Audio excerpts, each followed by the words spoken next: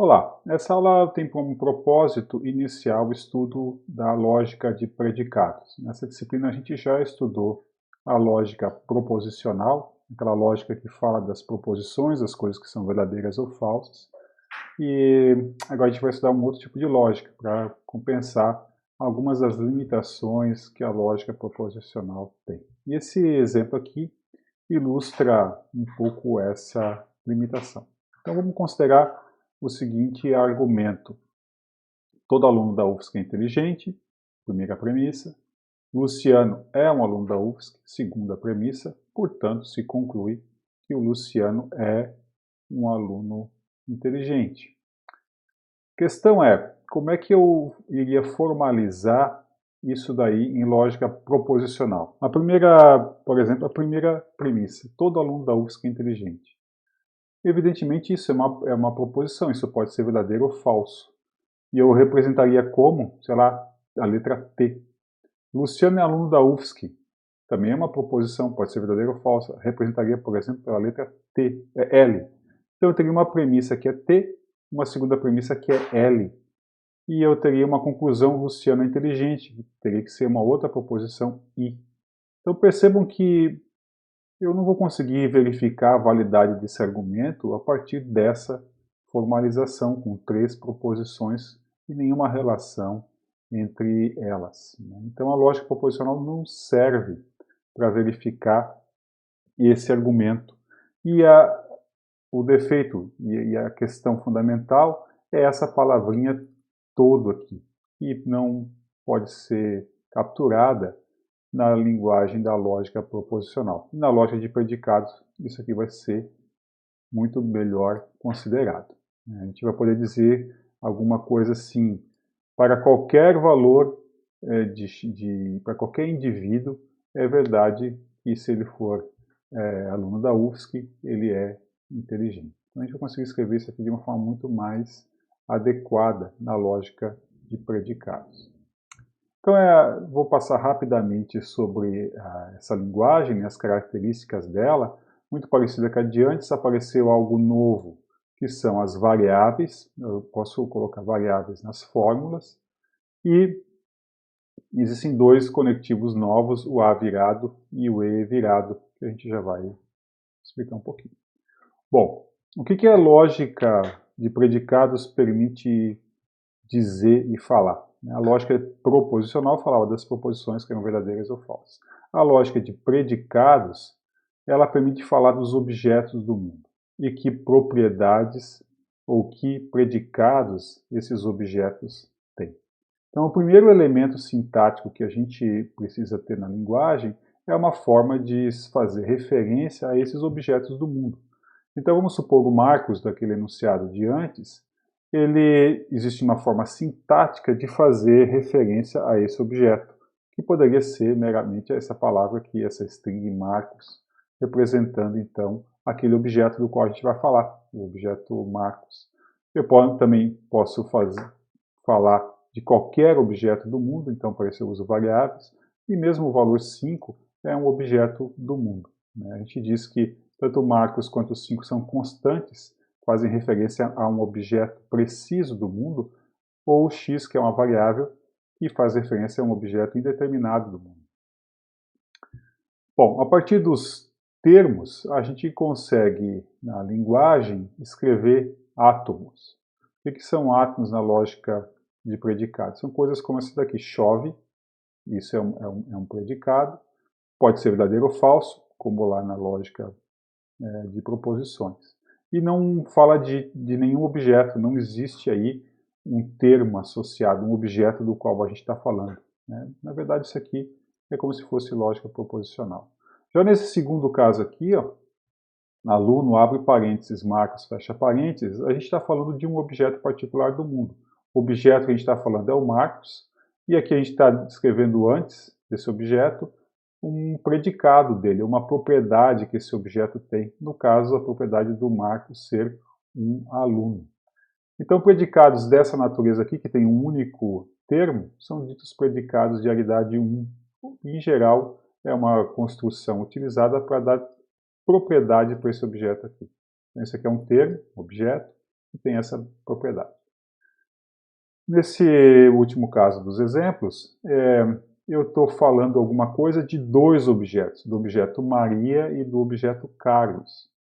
Então são dois objetos do mundo, eu estou falando alguma coisa deles. Nesse caso, o predicado é mãe, e ele indica que existe, normalmente, né, se usa isso para indicar uma relação entre esse objeto aqui e esse objeto aqui. No caso aqui em particular, a gente está querendo dizer que Maria é a mãe de Carlos. Ou seja, predicados de aridade 2, com dois termos, eles indicam uma relação entre esses objetos no mundo.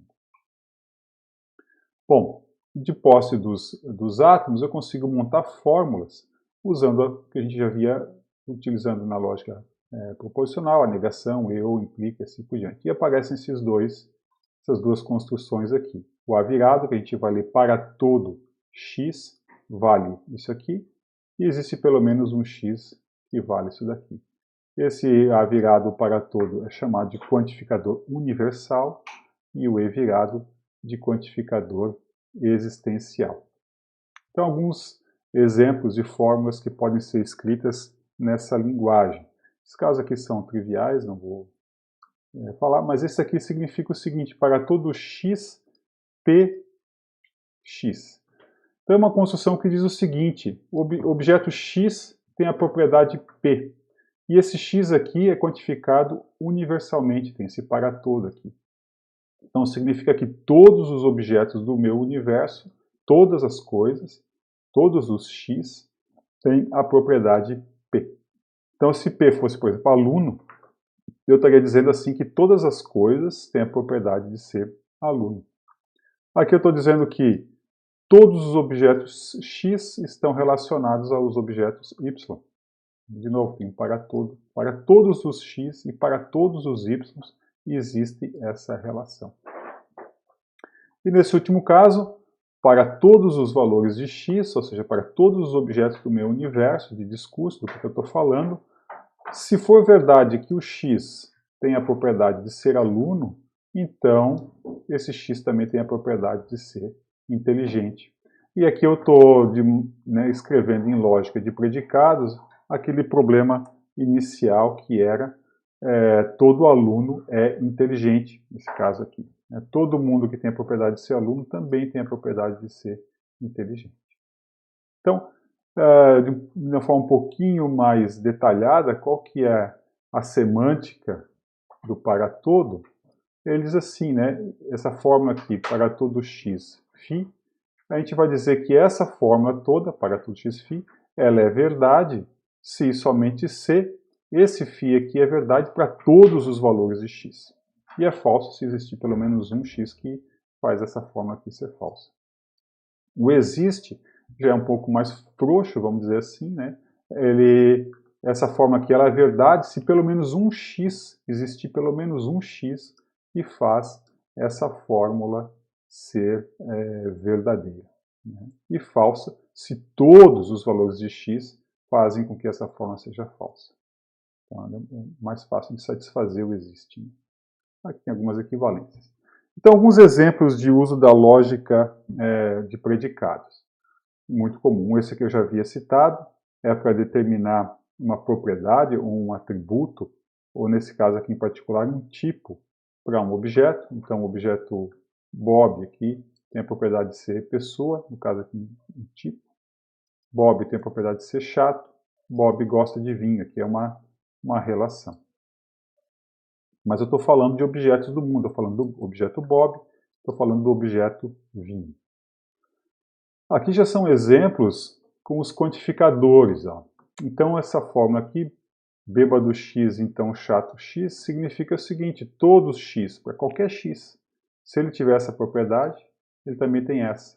A gente poderia ler então essa frase, essa fórmula, da seguinte forma: todo bêbado é chato, toda bebida tem água. Para todo x que tem essa propriedade, ele também tem essa daqui. Aqui é um pouco para falar que se eu quisesse fazer uma exceção, todo bêbado, diferente do Zeca, é chato. Aqui um caso que a gente talvez já tenha visto, né, mas com o ou, que ele dá uma certa incerteza, e o Zeca tem a propriedade de ser bêbado, Ou o Zeca tem a propriedade de ser chato, não sei qual das duas propriedades, ou talvez até as duas ele tem, né? Mas pelo menos uma das duas propriedades ele tem. E aqui existe um X que é chato. Alguém é chato, ou existe pelo menos um cara chato no universo, né, que eu estou falando. Outros exemplos, né, que a gente poderia falar todo sóbrio não é bêbado, e todos os não bêbados são sóbrios, né? Aqui é uma bimplicação, vai nos dois sentidos. Todo vinho é uma bebida, toda bebida é vinho ou água, uma das duas coisas. E assim por diante. E aqui tem uma parte bem interessante, né, que talvez você já conheça essas palavras, por exemplo, simetria, para dizer o seguinte, para casado é uma relação, né? X está casado com Y. E eu estou dizendo assim, para todo xy, se o x está casado com o y, então o y está casado com o x. Né? Inverte aqui o xy. Significa que essa relação de casado é uma relação simétrica. Né? Se existe uma relação de x para y, também existe de y para x. A relação é simétrica. E as outras propriedades das relações podem ser escritas na lógica de predicados da seguinte forma: todo x está relacionado com ele mesmo. Por exemplo, a relação de igualdade, né? Para todo x igual x a x. Né? Então é uma relação reflexiva. E reflexiva é para todo x, não existe essa relação dele para com ele mesmo. A simetria que eu já havia falado, a assimetria, se o x está relacionado com y, então o y não está relacionado ao x. Antissimetria, transitividade, que também é bem comum, se o x está ligado ao y e o y ao z, então o x está ligado ao z, significa a relação R ela é transitiva, que tem o caso da intransitiva, e assim por diante. Ou seja, é uma linguagem bastante poderosa para a gente falar dos objetos, suas propriedades e suas relações, né? Quase como se fosse orientação a objetos, né, da lógica. Né? Permite falar dos objetos e o que ele tem e as suas relações. E é isso, então, por enquanto.